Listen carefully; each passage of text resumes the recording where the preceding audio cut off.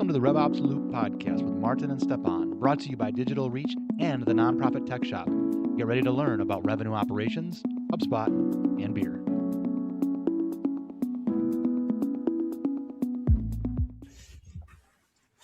Hey guys, welcome to episode 20 of the RevOps Loop podcast. Bit of a special one this week, an AAM post-conference review. And so AAM, for those who don't know, American Alliance of Museum Conference, pretty big museum conference in Philly this year, which Stjepan and I both attended.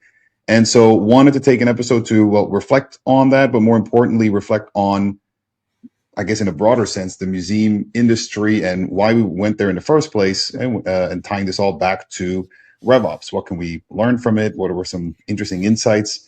Quite a lot to discuss there. We'll also have a segment later on with a couple of our colleagues weighing in on some of their takeaways from AAM and again, the museum industry at large. But yeah, happy to just dig into it and see what can we learn from museums when it comes to RevOps. What are some unique takeaways? And with that said, Stjepan, why don't you take us away and maybe set the scene a little bit? Like what for you was the biggest standouts? And when you're looking at, or when you went to AAM, your biggest takeaway. Let's just start from there.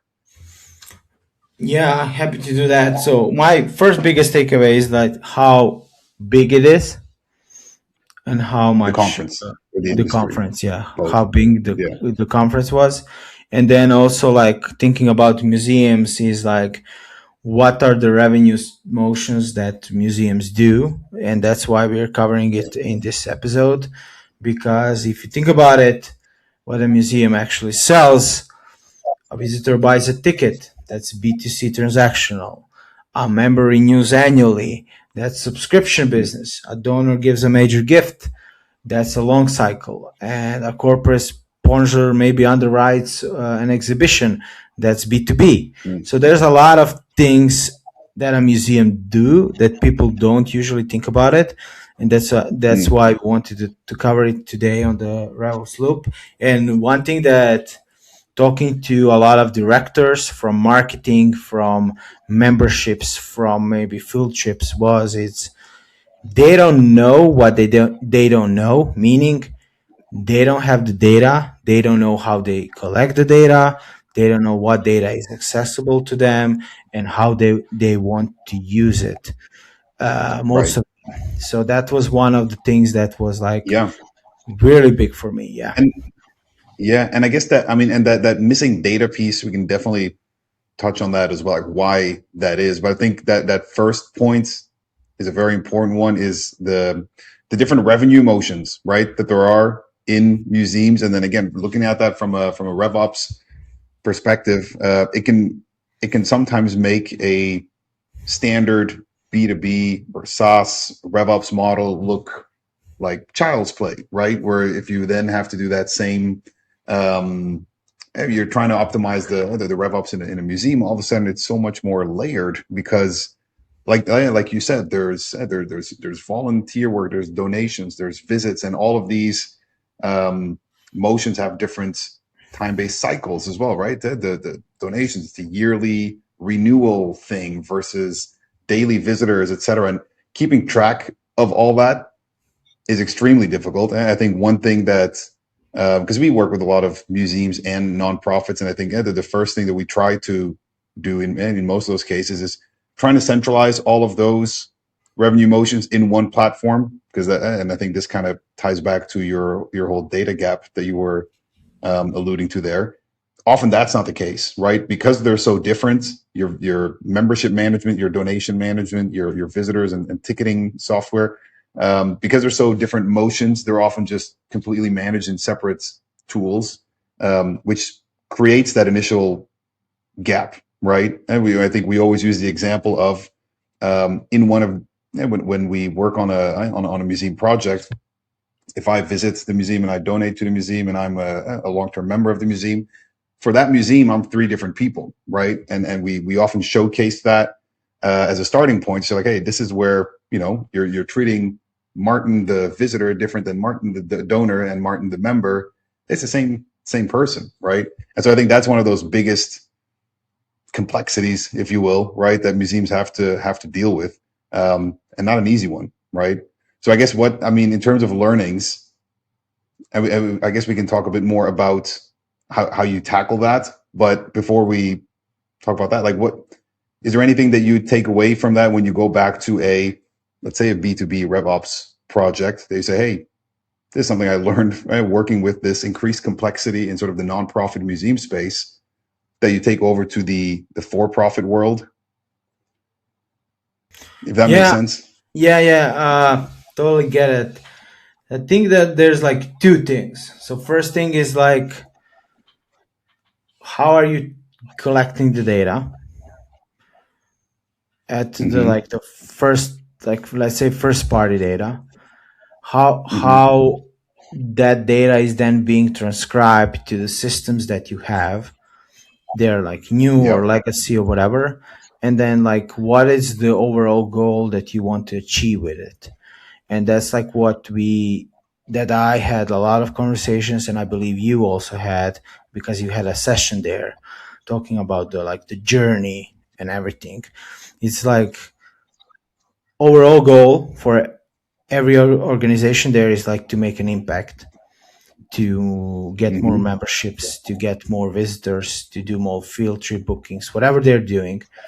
But you cannot do that just because you're like a Smithsonian, or just because you're like some other very popular museum overall. You get that by using the data and sharing the message and making it attractable, but also affordable for some of the members, and making sure Mm-hmm. that you remind them that like they have a membership that they need to review.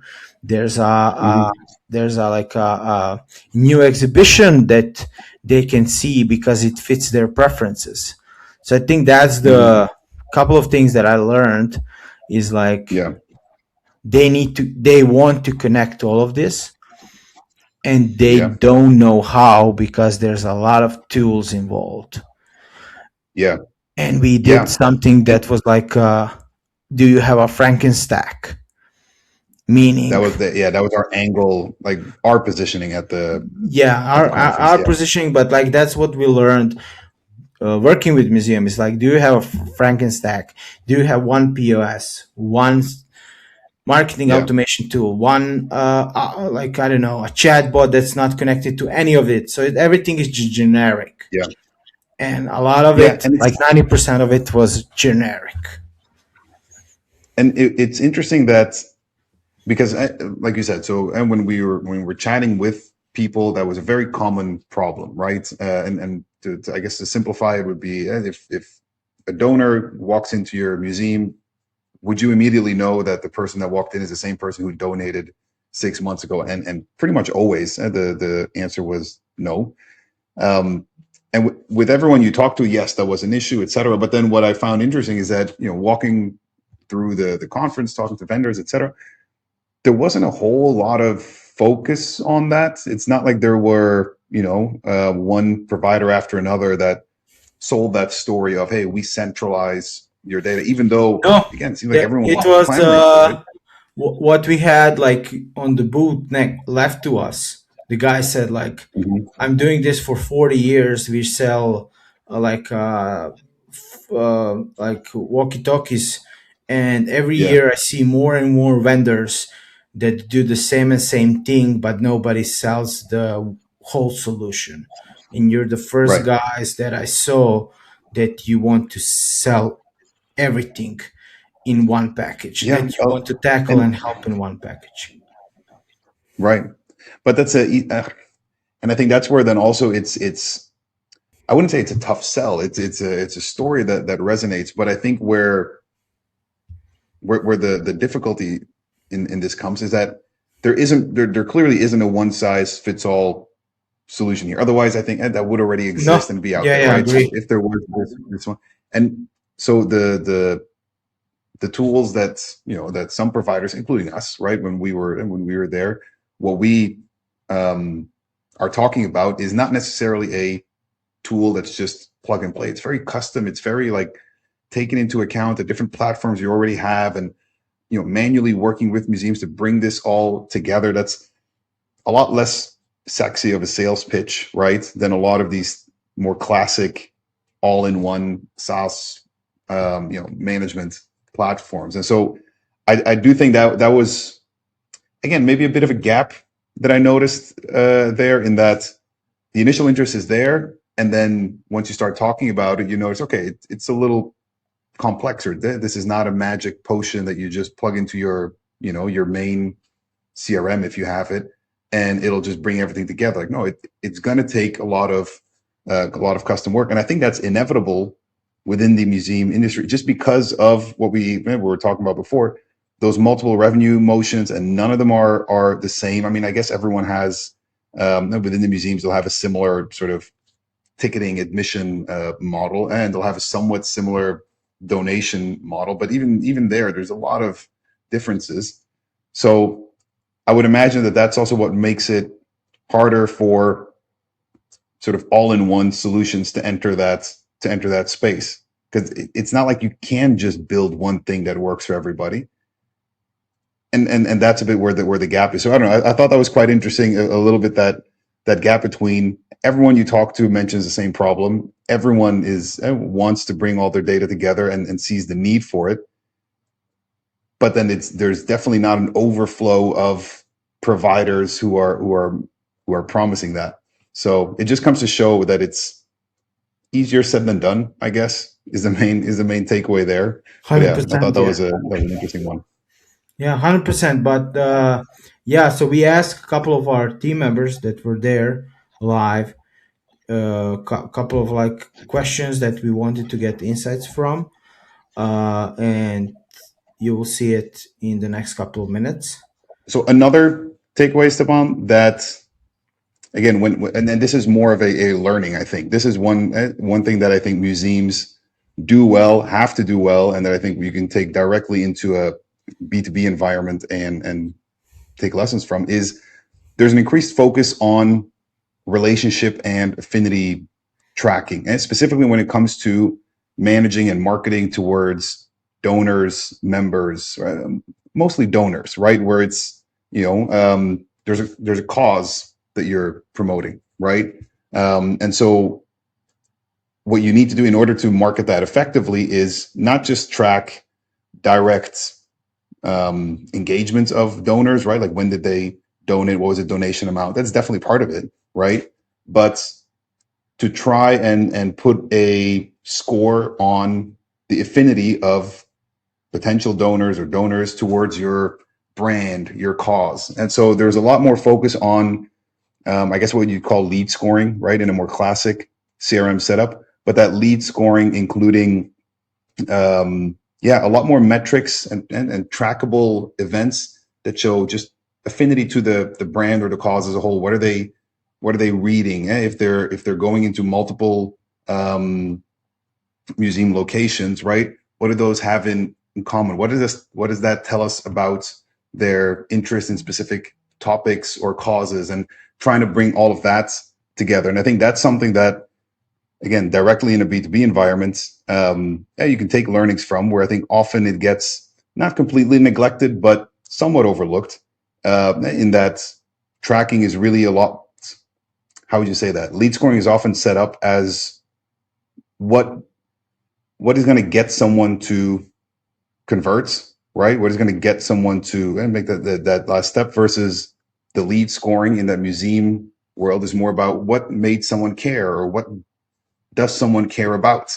And I just find that a quite interesting angle. And I think something that in all for-profit organizations as well is extremely useful to not neglect, right? Is scoring not just what drives people to convert, but what is driving people to care about your organization, which again, that's going to be different in each and every context. But I think it's an interesting element to take into consideration when you're setting up any kind of event tracking, lead scoring, anything along those lines. Is that also something you picked up, noticed? Any thoughts on that? Yeah, I think I think you're the person that sets up the lead scoring and tracking and everything because you're like very skilled on UTMs and everything else. But I did pick it up because there was like, oh, we cannot attribute to our campaign. We don't know what's functioning, what's not. We don't know where to pour our ads money or so I'm that was like one of the topics. I think one of our coworkers went to the session like, how do you track all of this with legacy systems or maybe new systems, but you don't know how to set it up. So I'm yeah, just Hmm. confirming what you It's a said. It's yeah. like as I said at the beginning, they don't know what they don't know because it's technology moved so fast. AI moved so fast. Google changed a couple of like things in the beginning of the year, mid-year with like tracking and I don't know because like people are not clicking and a lot of things dropped and people are like our ads don't function anymore. What happened? And they're scared because they're not informed. And I see these conferences as a very good uh, I don't know, like a gathering where Mhm. people that are doing this day to day as we are can inform anybody that's running the museum or any other nonprofit organization or even a profit organization. Hmm. Yeah, yeah. It's interesting how much more mission driven the entire industry Yeah. is there, and how that kind of seeps into all the you know all the elements of of the work they do, including the marketing, the RevOps, the sales. Right? There's just a lot more, again, sort of mission driven engagement from the entire organization behind it, which is interesting. But um, yeah, no, interesting one. I think what we'll maybe what we'll cut to now as well, kind of as we've talked through a couple of these takeaways, the multiple revenue streams and how that impacts sort of RevOps complexity, and the more relationship affinity focused lead scoring and lead tracking that tends to happen.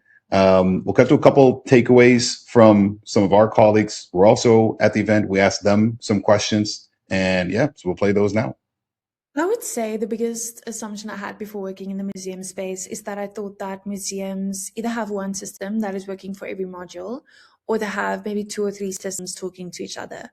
And I was wrong. What I found is that most museums are running on three, four, sometimes five or more completely separate platforms. So one is for ticketing, one for membership, totally different one for donor management, another one for email marketing, and maybe even a retail system on top of that. And none of them are talking to each other.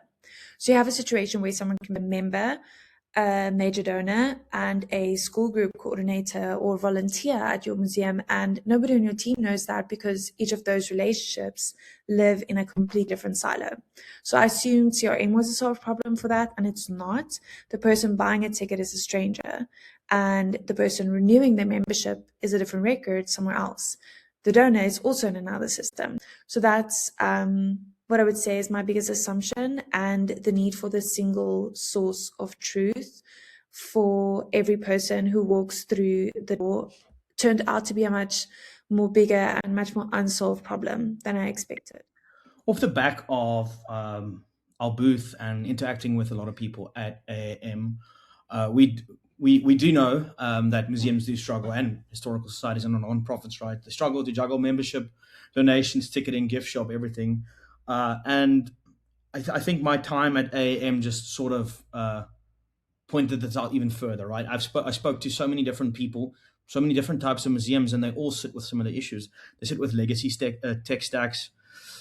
Some of them might claim they have a single source of truth, but then it would still take some developer to pull information, or your advancement team would have the information needed from your box office. So yeah, from what I could see, this is a recurring issue still, and it's the concept is relatively is not very mature in the space.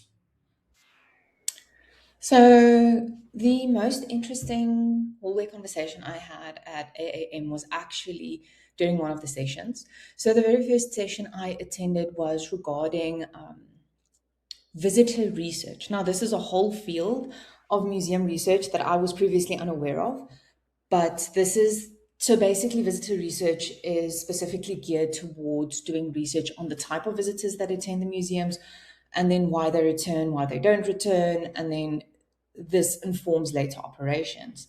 Now, one of the pain points I realized with the people attending the session, and specifically with one individual, was frustrations on not knowing how to report their findings to stakeholders in ways which make sense to the stakeholders. So the stakeholders may only look at basic admission type information and not be able to extrapolate that information to useful insights.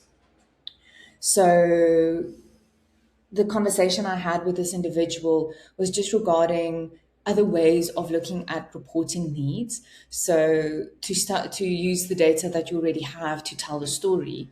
And why this especially struck with me is that this is definitely a gap that Museum Hub could fill, just because the one unified record can give really good historic records of the people and the demographics of the people coming to the museum. And if one incorporates that with surveys and feedback reports, that this could then really help to communicate to all the different types of stakeholders the impact that different types of exhibitions have, or more focus to be paid to a specific group of individuals who could also be a new target market for the museum. And then another one was how to encourage engagement with different types of museum stakeholders, or not museum stakeholders, but museum goers. And my suggestion in that session was actually to have different types of forms based on the demographic of the individual filling in the form. So if the person enters their birthday, and the system recognizes them as between 15 and 18 years old, the teens will get a form that is optimized for teen language usage, so that the teen could then actually engage with the content, because they said they get rubbish data. So the question is how to, when one relies on visitor input for your data input, and specifically teens tend to treat this a bit of a, tend to take the amusing light of this and fill in funny things in the questions that don't really contribute anything to their research. So the suggestion was to optimize the language of forms based on the age and demographic of the individual filling in the form, so that they engage with the form more. And this is also something easily done, I think, with Museum Hub, and could be an avenue in which we could explore this. So I think the most interesting thing was, yes, I think the thing that stood out for me most was just how big a role reporting can actually play across the different roles, and that a one unified system is really in the best interest of a lot of different departments, and not just the marketing or finance or advancement team, but that the one unified record can really provide valuable insights to organizations. Another thing that stood out to me was a lot of people have data and they don't know what to do with the data, which is arguably not necessarily our area of expertise, but it could possibly become. Something else I think that I was quite surprised by was people's willingness to interact with technology. So there are two schools of thought, I think. People who are very hesitant when it comes to new technologies and how to use it. And I think I was pleasantly surprised by how open people was to new technologies to make their work easier, and how prepared they were to jump on the bandwagon of this per se. Just looking at all the sessions and how many people attended, and just want to get more information and know and be guided into how to operate in this world of more and more technology and less manual effort, which I found actually quite encouraging. And something else encouraging was the amount of younger people actually in the museum space. A lot of the conversations I had were people of my age and also much younger. So in a nutshell, basically how one unified records on the CRM level for museums can lead to more in-depth reporting, how the reporting can be tailored to be digestible for different stakeholders, and then also how important the language of forms and the language of feedback forms this is, and if there would be a way to easily, number one, change this language based on the demographic of the individual filling in the form, and a way to capture and automatically give preliminary reports on this data, how that could be a big need in the community.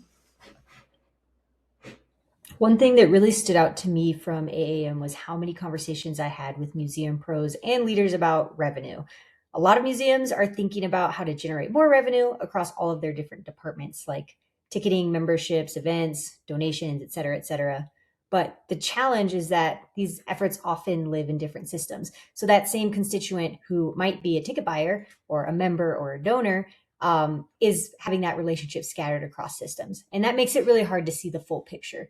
But the frustration I heard was not just we need better reporting. It was more like we know there's more revenue potential there, but we don't know how to get a system in place that helps us connect all those dots to automate follow-up and make sure that opportunities aren't falling through the cracks.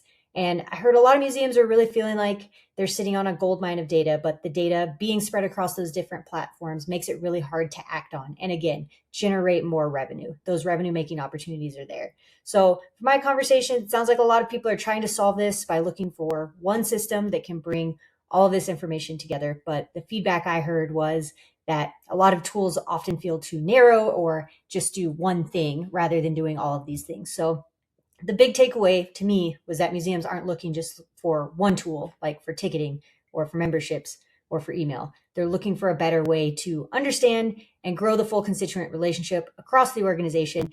It sounds like it's a difficult evaluation everyone's going through trying to find that tool, but a lot of people are looking for it. Happy. Let us know if you're happy with the interviews. We ask random questions for our team members that were there at AAM in Philadelphia. We wanted to have like bold questions for them, and we can do it more on the pod. Just let us know if you like that kind of episodes. If you're listening to us on YouTube, because on Spotify you can just hear us. But yeah, we don't want to delay any further because we think we can just focus on a beer review now. And we did have a couple of beers. Our colleague from Germany brought a couple of beers from Germany and Austria, and that were great. But one that me and Maarten first time on our episode 20 are agreeing was the greatest one in the 6 days we were there is the Tonewood Hazy IPA. And why is it was great? Because it is an American IPA brewed with Citra, Mosaic, and Simoku hops, and it has a score of 92 out of 100. We didn't even know that was at our hotel at the tap.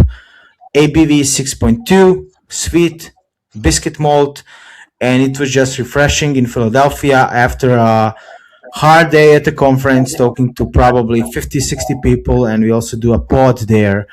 And I don't want to delay it anymore and leave it to Maarten to wrap us up with the episode. No, that was good. That was the most professional beer review that I think we've done. You listed the ingredients, everything, the official score. Yeah, perfect. So yeah, Tonewood Hazy IPA, really good one. Definitely recommend it. So yeah, bit of a different format for this one, right? Bit more of like a post-conference review. We want to do more of these. We have more conferences, events coming up. Next episode will be more normal, quote unquote. So yeah, we'll pick it back up next week. As always, feel free to reach out, send questions. We know we have a couple people we're going to be inviting on some future episodes as well. So that's quite interesting. If you're happy to chat with us, same thing, reach out. We're more than happy to have people on from all walks of life, really, to talk RevOps, marketing, sales ops, and beers, obviously. So a bit of everything. So yeah, with that said, we'll close the loop on this one and see you all next week. Have a good one, guys. See ya.